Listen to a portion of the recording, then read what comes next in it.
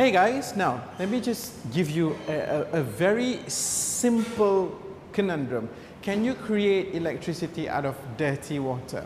Well, my guest for today is somebody who has created a business out of this. Not only is he taking palm oil processing waste and creating electricity, he is also creating a brighter and sustainable future for us, taking one of our core industries in Malaysia and doing something else out of it.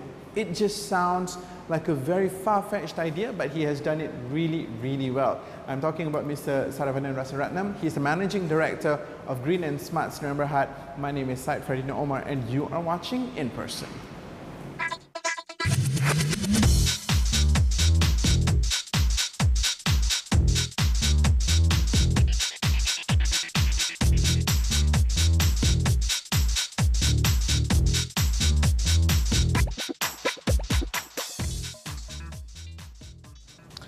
Okay guys, this is going to be really weird because normally in a library you're very quiet, but then I suppose a very busy man needs to have his peace and quiet sometimes. So we are here catching up with Mr. Saravanan. Right. Thank you so much for making time for us. No worries.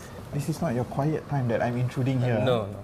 So do you actually come here often? Quite often. Oh, I see. Okay, so today we are going to talk about something that's quite interesting. All right. Because if I were to put this in the most layman terms, Mr. Saravanan, your business or the work that you do is essentially providing sustainable energy from dirty water. True. That just sounds like hocus pocus. But tell us a little bit about this. Break it down for us. I know it's a bit weird actually. Actually, what we do is we treat palm oil mill waste. It's called pome. Basically, when you process 1,000 metric ton of fruit, we call it fresh fruit bunches. The bunches itself. 70% of it is wastewater. Okay. So what happens is that this 70% of wastewater is currently now conventionally being treated using ponds, open ponds. Right. Okay. So the wastewater is channeled to the ponds. It is diluted by rainwater before it is released to the river. Right. Okay. So generally, the chemical oxygen demand, or they call it COD, is 60,000, and the Department of Environment has indicated that for you to release to the river, you must have a reading of 100. What's the unit here? 60,000 chemical oxygen demand. Oh, COD. 60,000 COD. Okay. So can you imagine from the mill, it's 60,000. Yep. To get to the river, it needs to go to 100. Apart from sounding like it's impossible, but is that something that is happening right now? It is happening in a conventional way, I told you just now. People are using open ponds, which I don't know whether they are aware or not. It's detrimental to the environment. Why? In which the wastewater releases methane to the environment. Okay. So this is the main reason that some of the European countries are against. Is that why people are saying palm oil is bad? It's bad, yes, true. It's not the plant itself, it's a processing process. Processing. Okay. So they want it to be done sustainably. So what do they do? So that's when we give the solution to them. I see. Yeah. Well, hold on. Before we get to your solution, let me just try to illustrate this better. The whole pond system that you were talking about earlier. Right. If I can just metaphorically say that we have an ice tray, you put cordial in the first block, and then you just tilt it and start pouring water at the top, hoping that it will dilute. Yeah. And by the time it reaches the end, it's a faint taste of orange cordial. Understand? Yeah, is that the way it's happening right now? It's happening, but it is still not enough to fulfill the requirement by the Department of Environment. So, but yet a lot of people are doing it. And plus, on top of that, when you're doing that, you've got methane released into the air. That's the worst part of it. Is that the worst because it's not harnessed, or is it because it's actually detrimental? It is actually detrimental. I don't know whether a lot of people know or not. It's 21 times more potent than CO2 to the environment. Right. Okay. So that is the reason we have been bombarded by these people, environmental people, that we are not doing sustainable production of palm oil. Right. So that's what's So happening. This is the realization that you have, and you are changing this how? Okay. What happened is, I must thank the government for coming up with a ruling that lately Malaysian Palm Oil Board came out with a ruling that any palm oil mill that wishes to increase even a ton of processing of fruit, they must have a biogas facility in place. It's a part of a rule. So it is basically to treat the waste more effectively rather than going through the ponds. I see, okay. So the general idea of this is treating the waste. So when we went into the business, the idea was started as a treatment of waste in the early 2000 when the clean development mechanism was in place under the Kyoto Protocol.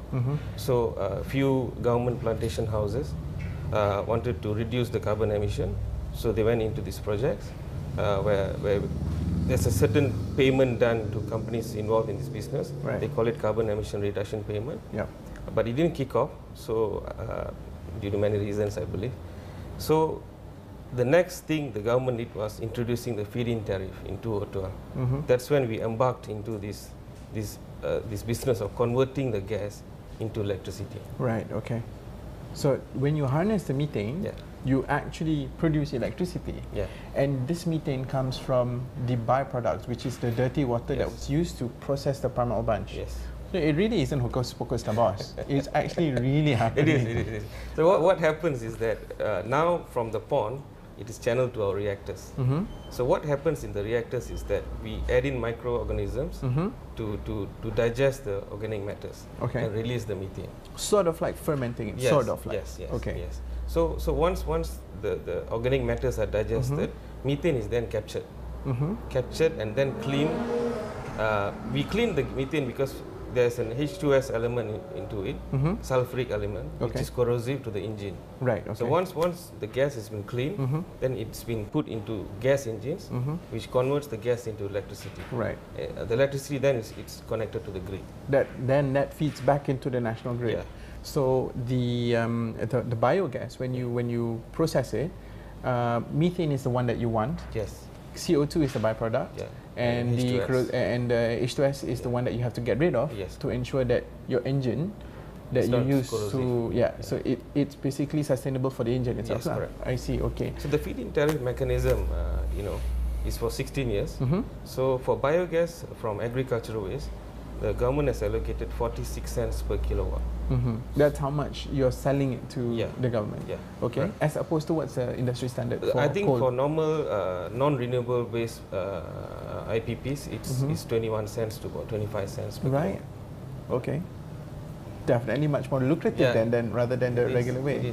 No, it is kind of a support given by the government. Of course, because there's a mandate to be fulfilled. I believe so by 2020 there's about at least 10,000 megawatt of electricity to be generated through by 2020, and this is what you're working towards. Okay, and this 10,000 megawatts of electricity, what is that in percentage versus the actual usage? It's about 2-3%. 2-3%, but it's somewhere that you start. It's a start. Okay, well, we have to go for a short break right now. I think I'm going to allow my friends at home to digest the fact that we can actually do this, because it just sounds so out of this world, but it's an actual business. So we want to understand, when we come back from the break later, how did you come about with coming up with this sort of solution? And I understand right now that the company is to be listed in the UK. We want to understand why the UK and not anywhere else in the world. So stay with us on In Person. Questions like that will be answered next.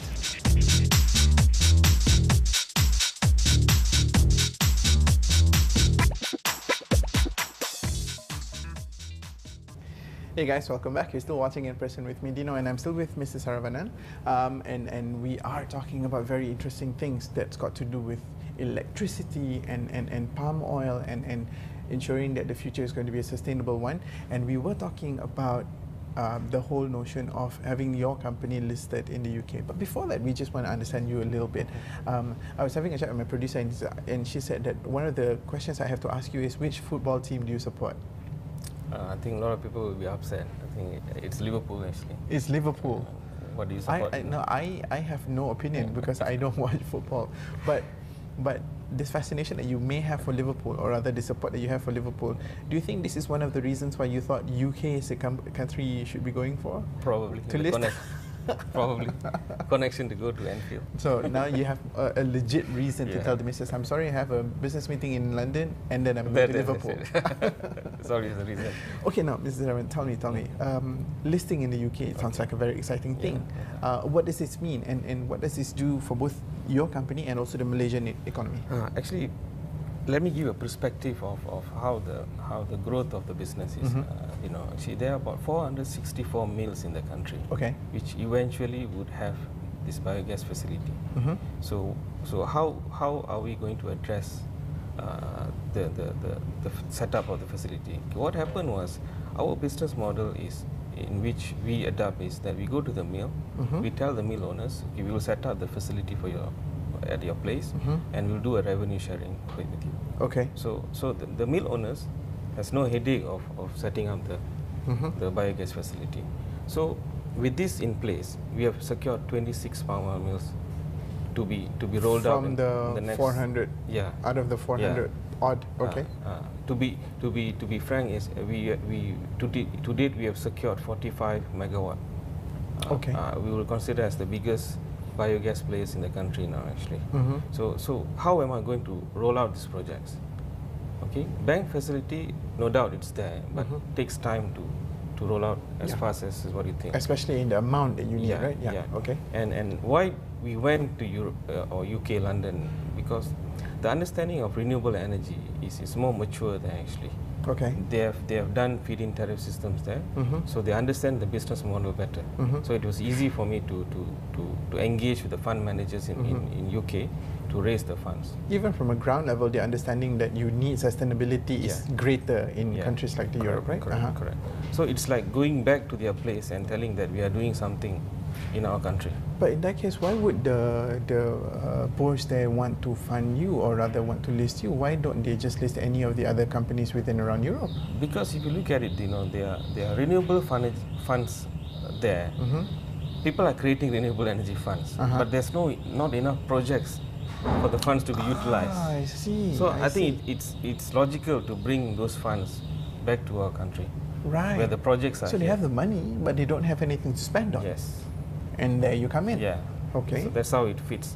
So you're taking European money and plonk it in Malaysian projects. That's definitely one thing that I'm sure a lot of people. I'm sure the government would love that. But so that is directly to the Malaysian economy.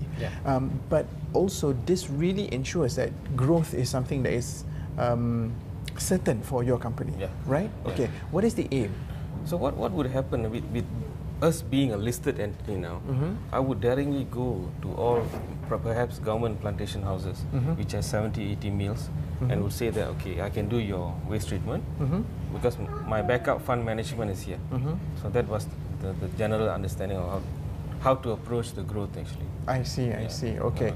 So at the moment we're focusing on the mills within Malaysia because, as you know, the palm oil industry within Southeast Asia itself is a very large one. Huge. So any plans to actually expand further in that way? I think it's a gradual process anyhow, because in Indonesia there's about 1,000 mills.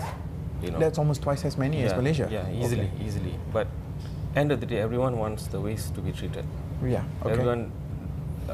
No one wants the methane to be released to the environment. Yeah. So I think it's a gradual process for us to go there. Why is there?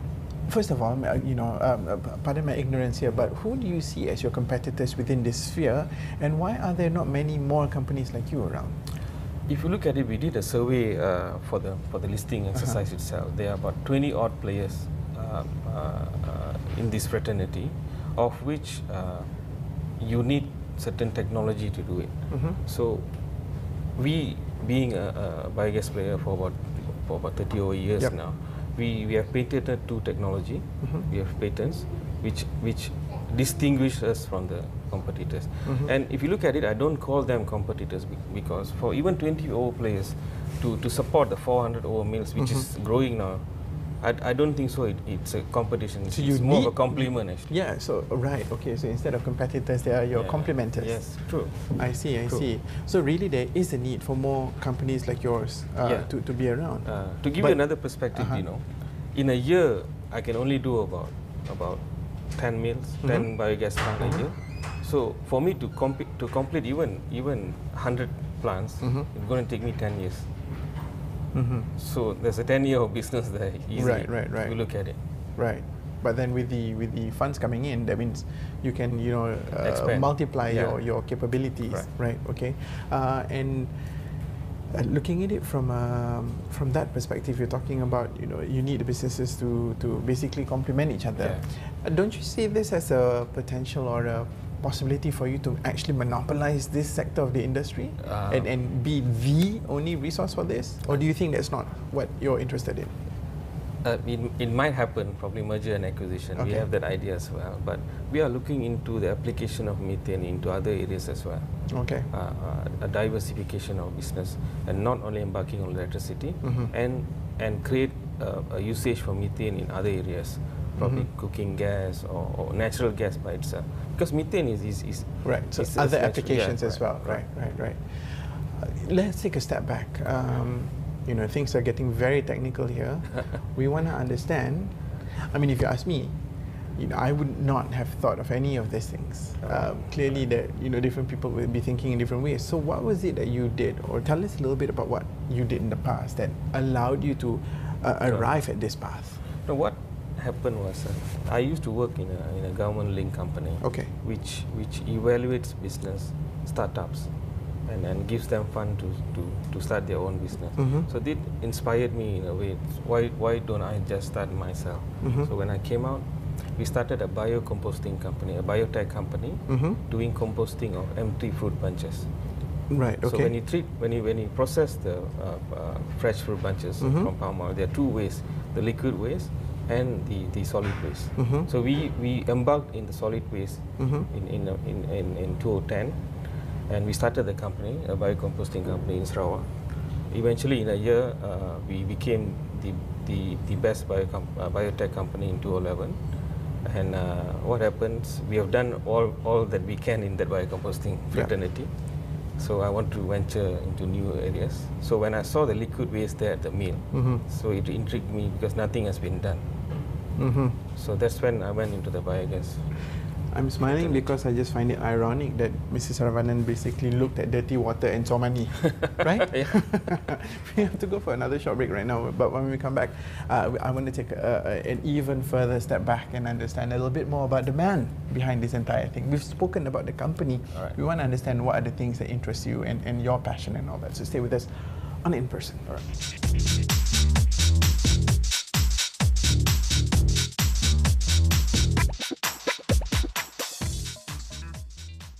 Welcome back. We're still watching In Person, and we're still with Mrs. Saravanan. And as promised, we're just going to take a big step back and just trying to understand a little bit more about the man himself. We believe on this show that somebody who is successful is somebody who has so much passion that passion is normally spilling out onto other things. Okay. So we are here in a library, so I can guess that reading is one of the things that you do for pleasure. Tell us a little bit more about the stuff that you do that you love doing. Actually, it's not only reading. Actually, I enjoy watching movies and even watching football. I like factual books. Factual books. Okay. To give you facts in a way that whereby science intrigues me. All of what we are doing now, science changes lives in a way. So the passion is towards how science is helping human being end of the day.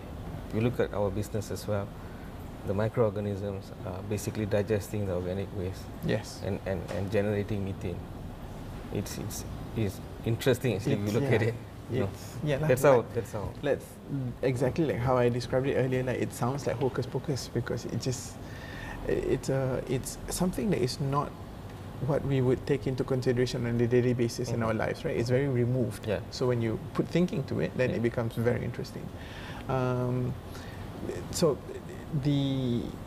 understand that the education that you gave yourself was more on the business side. It wasn't science because you did your MBA and you did your bachelor's in business. So, at which point did science come into the picture? No, it was. It's a bit crazy because it got nothing to do with science and two different areas, business and science. No. When I was working in this government agency, it's a government agency set up to help biotech startups.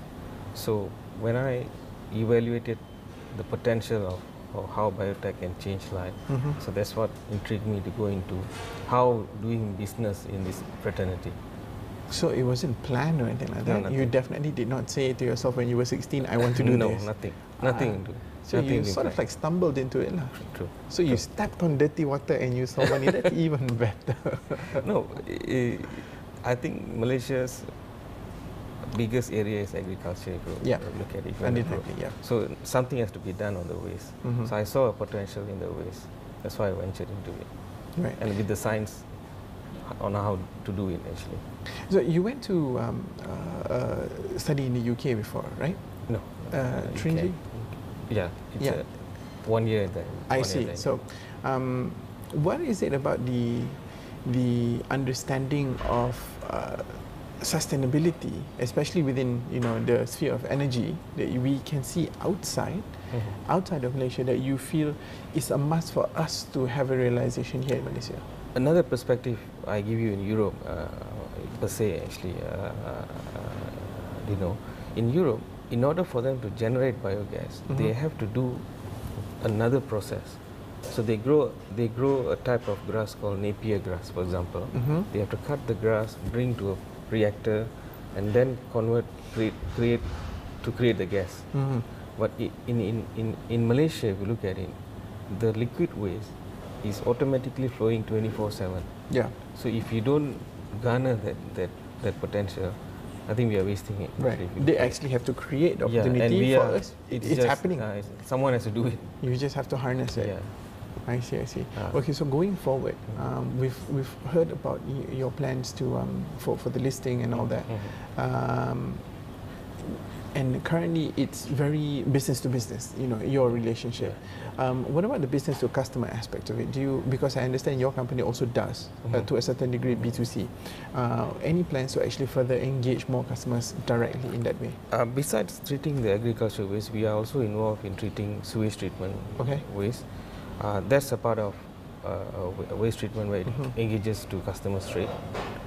We are also into industrial waste, brewery waste, which are basically treating brewery waste. But in brewery waste, there's not much of methane, so there's no conversion to electricity in a way. Right. So that's not about the conversion. That one is about the sustainability. Right. Okay. But looking into what we have in our plates now, concentrating on palm oil mill effluent is because it seems like you've got your work cut out for you. Yeah. You just mentioned 10 years on, you're definitely going to be there. I see. And it's about growing in Indonesia, and if you look at it, it's now going into Africa. Our local plantation houses are going to Africa. Soon they will need the treatment facility as well, the biogas facility as well. So luckily for you, you've had the people, for example, people from MTDC who sees light and value in what you're doing right now. But to further develop this sector of the industry, what do you think needs to be done by people like MTDC or even the government in general? No, first of all, I would like to thank MTDC because they have played a vital role in assisting and in believing in this technology. First of all, in bringing us to this stage now.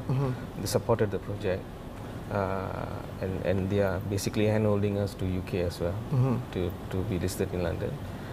We need more fund managers who understands the business to come into the picture. Fund managers? Yes, okay. To understand basically, if possible, the green funds from Malaysia itself to be established to help companies like us, or maybe the 20 companies involved in this project to further expand. If not, it's going to be very difficult actually. It's not even about getting the fund, it's also about managing the fund. Yeah, managing. Give me an example, a very simple example of how things can go wrong if it's not managed properly. Holding the fund is in investing. Yes. So first of all, the fund managers must have a good look at the company first. What is their background, how long they have been in the business, those sort of things before investing. Right. In a way. It's a very straightforward way to But eventually all this effort is going to assist the Prime Minister's support of reducing the carbon intensity to 40%. Even in COP21, we were very engaged in this. This is one of the areas that is going to help us up. in reducing the carbon emission reduction. And that definitely leads to a brighter, greener future. Sure. That's definitely Sustainable for sure. future. And we need a bright, green, sustainable future for you especially, because you're only 40. Despite doing all this, you're a very young man still. Yeah. And do you see yourself actually going gung-ho about this for a very long time? Or do you actually have plans to reach a certain level and say, okay, that's it, I've done? No, retire early. Again, what I told you again, the science behind this intrigues me. Yeah. Methane to electricity is just one part of it. Yeah. Methane to gas compression is going to be the next level. And to add to that, there is a potential of producing graphene from CH4 methane, which already been identified. And what is graphene? Graphene is a single atom base kind of a product. It's a carbon product which they use it to increase intensity in any product. It could be your rubber, your clothes. In UK itself, they're using it to make better clothes that withhold cold or hot weather. I see. Okay. So these are the future application of this gas itself. It's next level tech It's already. next level tech. So in other words, what you're telling me is you'll never stop being fascinated by all these things. There will be something there in science. Maybe I should schedule another appointment with you in say 15 years for now. But for now, Mr. Saravanan, thank you so much for your time. I had a very good time. Thank you so much for an inspiring afternoon. It just goes to show that there's no such thing as not having something to do. There's always opportunity under every rock, in every pond. I suppose. You've been with me, Said Ferry Norma, and I've been with the inspirational Mr. Saravanan, who is the Managing Director of Green and Smart. And you've been watching in person, and we hope you got inspired just as how I did. I hope to see you again soon. Take care. Bye-bye.